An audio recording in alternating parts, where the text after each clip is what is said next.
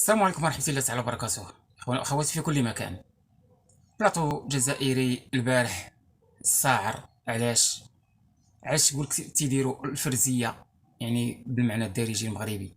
علاش يديروا الفرزية تونس وهذيك الأحداث اللي وقعت فيها ديال الشغاب، والمغرب ديال المناصرة اللي توفات، والكاف ما خرجت بوالو.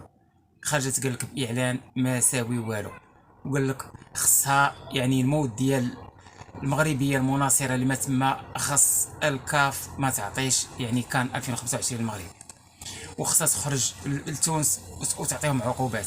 علاش حنا دائما محظورين؟ اخواني واخواتي، خليكم تتابعوا مجال الفيديو. واللي كان اول مره تيزور القناه ديالنا يدعمنا يعني بلايك وباشتراك وتعليق، وباش ان شاء الله نستمر والى اخر الفيديو ان شاء الله.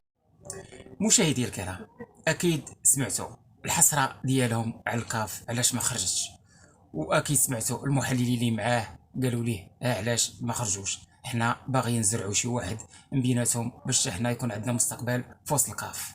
والى فيديو لاحق ودمتم في رعايه الله.